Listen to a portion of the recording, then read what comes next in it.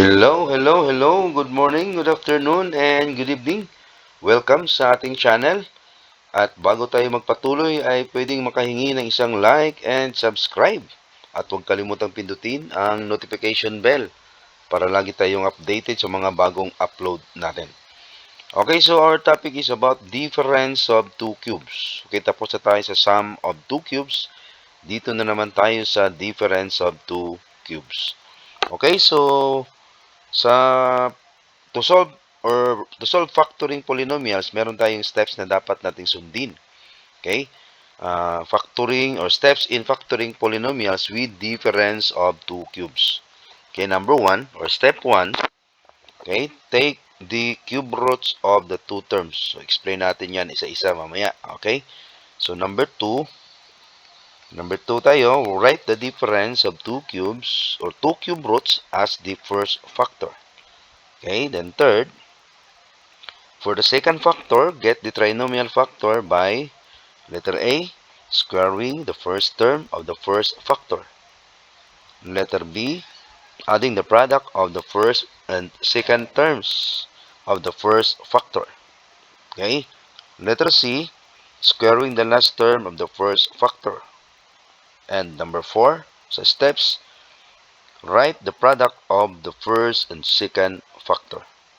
Okay, so explain natin yan isa-isa. So, example tayo. Sa example, factor 8x cubed minus 27. Okay, so in step 1, take the cube roots of the two terms. Ibig sabihin, kunin natin yung cube root ng 8x cubed at saka 27. Dalawang term. Okay, so ang cube root ng 8x cubed, okay, ang cube root niyan, dito muna tayo kay 8. So, si 8, ang cube root na 8 is 2. Okay, bakit siya 2? Kasi, i-multiply natin si 2 3 times. Ibig sabihin, 2 times 2, 4 times 2, 8. That's why 2 yung cube root na 8. Then, dito naman kay x cube, ang cube root natin ay x. Kasi, x times x, x squared times x, x cube. Okay, so ito na yung cube root ni 8x cube. Dito naman tayo kay 27. So, cube root ng 27 ay, so, ibig sabihin, kunin natin yung cube root niya ay 3. Kasi si 3, i-multiply natin yan 3 times. 3 times 3, 9 times 3, 27. Okay, therefore, yung cube root ng 27 is 3. Okay, ngayon, step 2 na tayo. Okay, check na tayo yung number 1. So, step 2, write the difference of the two cubes as the first factor. Okay, yung first factor natin, kunin natin yung dalawang two cubes. Si 2x difference, ibig sabihin minus 3. Okay, ito yung first and second term. Okay, di ba? So, ngayon, ito na yung first factor natin dito kay step 2. So, yung first factor is 2x minus 3. Okay? Then, step 3. Okay, tapos na tayo sa step 2. Step 3 na tayo. For the second factor, ibig sabihin, mayroon pang isang factor dyan na trinomial. Okay? Get the trinomial factor. Ibig sabihin ng trinomial, tatlong terms. First term, second term, and third term. So, paano natin siya kukunin? Okay, so letter A. Dito muna tayo kay letter A. Squaring the first term. Okay, take note. Yung first term natin ay si 2x. Ito is 2x.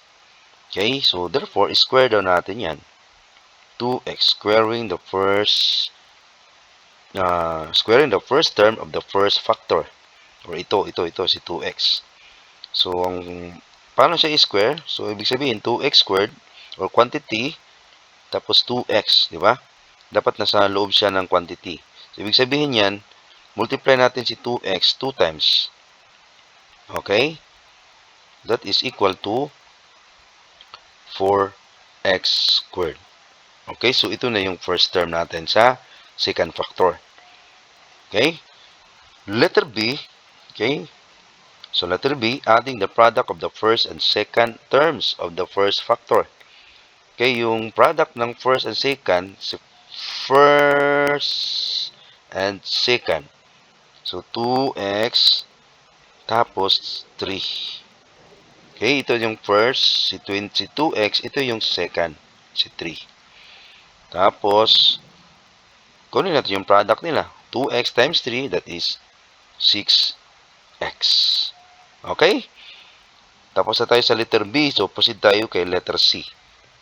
Kay letter C, squaring the last term of the first factor. Okay, yung last term natin ay 3. Okay, si 3 ito, si 3. So, square yan. Okay, squaring the last term of the first factor is, ibig sabihin, multiply natin yan, si 3, dalawang beses. 3 times 3, that is 9. Huwag niyong i-add yan. Okay, multiplication yan.